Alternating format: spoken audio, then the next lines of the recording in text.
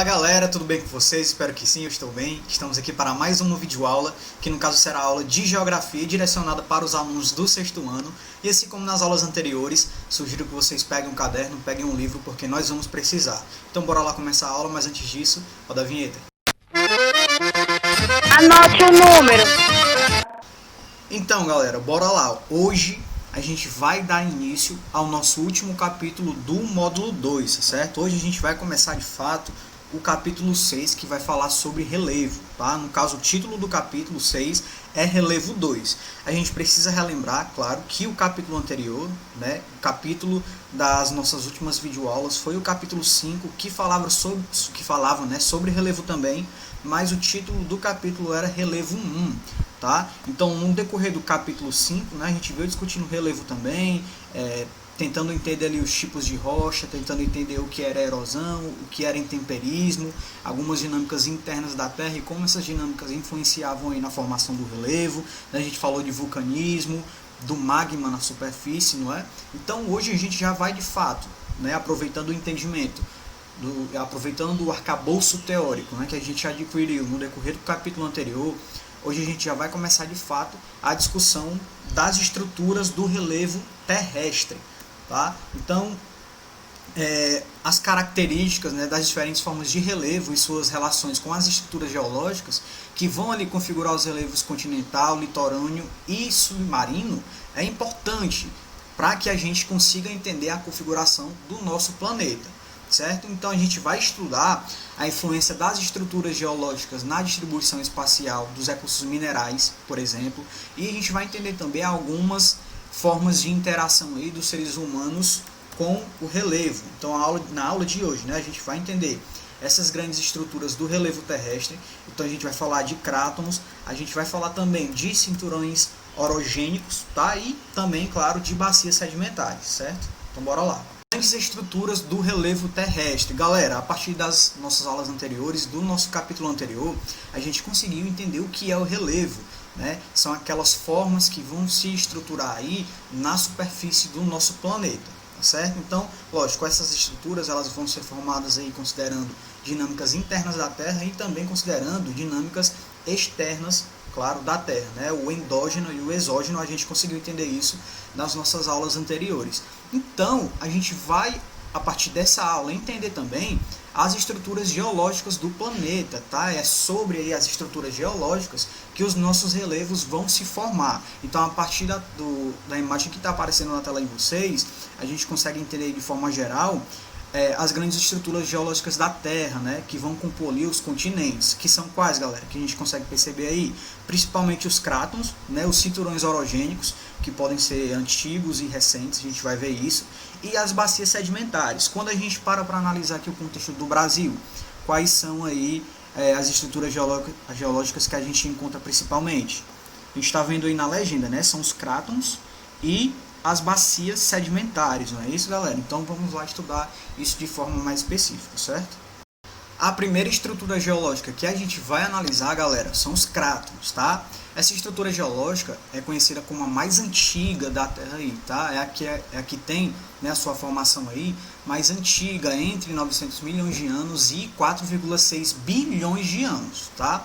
Essa estrutura também é conhecida pela estabilidade geológica, em que a gente não vai encontrar aí grandes ocasiões de terremotos e de vulcanismo também.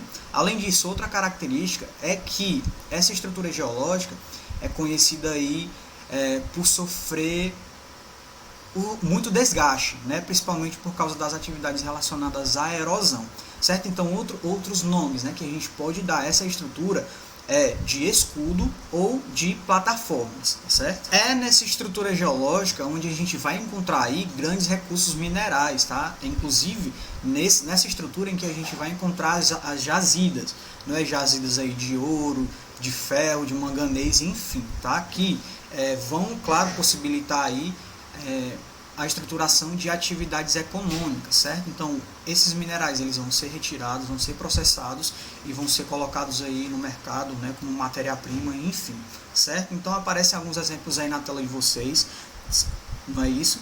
Os minerais eles são extraídos nessas regiões e são utilizados, claro, em diferentes atividades econômicas, né, como matéria-prima para a fabricação de produtos, como equipamentos agrícolas, partes de veículos automotores, né, materiais para construção civil também, aparelhos eletrodomésticos e eletrônicos, né, e estão inseridos aí em outras atividades também.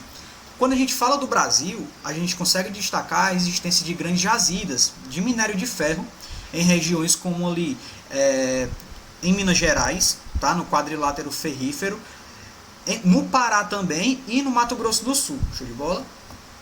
As nossas outras estruturas geológicas, galera, são os cinturões orogênicos, tá? É nessa região, né, de cinturão orogênico onde a gente vai encontrar aí a divisão, né, a aproximação de placas tectônicas. Então a gente já sabe que a atividade sísmica e vulcânica é muito grande nessa região, né, onde a gente vai encontrar falhas, onde a gente vai encontrar dobramentos também, enfim, certo? Então a gente tem aí atividades geológicas recentes e antigas também, tá? Então, aí quando os cinturões orogênicos são mais recentes, a gente chama de dobramentos modernos, tá bom? São estruturas geológicas, claro, como eu já falei, né, mais recentes, tá? A gente consegue perceber a estruturação de cadeias montanhosas, tá? Relativamente novas, certo? Um exemplo dessa estrutura geológica é a Cordilheira dos Andes, tá? Que a gente vai entender aí como aconteceu a formação e já está aparecendo na telinha de vocês a representação, tá? Então a Cordilheira dos Andes vai se estender pela costa oeste da América do Sul e é um importante exemplo de dobramento moderno, tá? A sua origem está relacionada ao encontro de placas tectônicas, né? Sul-americana, que a gente vê aí que está na nossa porção continental, e a placa tectônica de Nazca, tá? Que está inserida no oceano, certo? Então, devido ao encontro dessas placas tectônicas, a porção oeste, como a gente consegue analisar aí, percebeu? A porção oeste da placa sul-americana foi empurrada para cima. E isso, né, fez com que fosse originado a Cordilheira dos Andes. Show?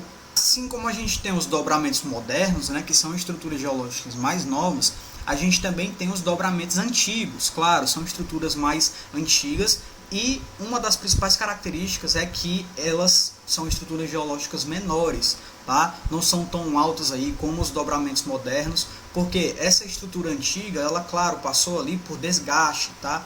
Devido à erosão, devido ao intemperismo, tá certo? Então são estruturas geológicas mais baixas. E a gente consegue ver um exemplo aí, né, que é o trecho da Serra da Canastra, que fica lá em São Roque de Minas, claro, em Minas Gerais. Tá? Então essa serra ela faz parte do cinturão orogênico de Brasília, com estrutura geológica antiga, né, e é formado durante o pré-cambriano, certo? Além disso, alguns outros exemplos de dobramentos antigos a gente encontra na Serra do Mar, né, aqui no Brasil, os montes Apalaches, no Canadá e nos Estados Unidos. Show de bola? A nossa outra estrutura geológica é a bacia sedimentar, certo? A gente viu nas aulas anteriores que as nossas estruturas de relevo, elas são desgastadas sim, através do intemperismo e através da erosão também. Tá? Então, a partir do intemperismo, a gente tem um desgaste de uma determinada rocha, por exemplo, e essa rocha ela vai se desestruturar em pequenas outras rochas, não é isso? E vai formar aí os sedimentos, a areia, por exemplo, não é isso? Então, as bacias sedimentares são formadas a partir do acúmulo desses sedimentos, a partir de matéria orgânica também, tá? Então, vai formar aí um depósito sedimentar, né? Essa areia, esse sedimento, essa matéria orgânica vai se depositar em áreas rebaixadas, né? Áreas de depressões aí, por exemplo, tá certo? Então, quando a gente analisa esse mapa aí, né? Um mapa que eu tinha mostrado ali no primeiro momento da nossa aula, vai mostrar aí como que as bacias sedimentares estão distribuídas aí no nosso território brasileiro. Então a gente consegue perceber que aproximadamente 75%, né, dos continentes são cobertos por bacias sedimentares, que vão se formar aí, inclusive, sobre áreas de crátons. Tá? Então as principais bacias sedimentares no mundo, a gente encontra no Congo, né, lá na África, no Mississippi, a bacia do Mississippi e a bacia do Colorado, que ficam nos Estados Unidos, e claro, além da bacia amazônica e a bacia do Paraná, claro que vai ficar aqui na América do Sul, certo? Quando a gente olha aí o nosso território brasileiro, a gente percebe que mais da metade vai ser ocupada pelas bacias sedimentares, né? Então, entre elas, a gente vai destacar aí a do Paraná, a do Parnaíba, a amazônica, né, e a do Pantanal Mato Grossense, certo? Então, nas bacias sedimentares, a gente pode inclusive encontrar importantes minerais, né, como o carvão mineral, o petróleo e o gás natural também. Então, o carvão mineral ele pode ser usado inclusive como fonte de energia, né? Então, ele é formado aí pelo soterramento de vegetais em bacias sedimentares, né? O sedimento ele vai cobrir ali determinada área vegetal, tá? Então, além dos impactos provocados pela sua extração, no momento da extração ocorrem impactos ambientais sim, a queima desse mineral para uso, né, aí como fonte de energia vai contribuir, claro, para a poluição do ar, certo? O que a gente consegue encontrar na bacia sedimentar é o que, galera? O petróleo e o gás natural, né, que vão se formar aí pelo acúmulo e pela decomposição de matéria orgânica, certo? Ao longo aí, claro, de milhões de anos. Então, esses minerais são importantes fontes, né, vão servir aí como importantes fontes de energia atualmente, são as principais praticamente, certo? Porém, o carvão mineral, o petróleo e o gás natural são classificados como fontes de energia não renováveis, porque eles vão demorar milhões de anos para de fato se recompor, para se formar. Tá? Então isso significa que a natureza não consegue repor esses recursos na mesma velocidade em que eles são extraídos aí pelas atividades humanas. Agora, galera, para praticar, eu sugiro que a gente resolva uma questãozinha, certo? Que está lá na página 468. Então, a gente responde agora a terceira questão. Então, o que é que a terceira questão está pedindo? A foto abaixo retrata um relevo associado aos cinturões orogênicos. Justifique sua resposta. Então, galera, essa foto aqui, a gente consegue perceber que ela está associada, o relevo, né? Ele está associado aos cinturões orogênicos? Sim, né, galera? A gente sabe que o relevo aí associado ao cinturão orogênico são relevos, né, de cadeias montanhosas, né, altas também. Falando aqui dos dobramentos modernos, né, os dobramentos antigos também estão associados aí aos cinturões orogênicos, né? Então, de fato, essa imagem aqui está associada aos cinturões orogênicos, certo? Por hoje é só, a gente encerra nossa aula por aqui, eu espero que vocês tenham entendido. Em caso não tenham entendido, entrem em contato comigo pelas redes sociais. A gente tem um Google Meet onde a gente pode tirar essas dúvidas, certo? E expandir a nossa discussão. Então é isso, continue estudando, até a próxima aula e um forte abraço. Valeu?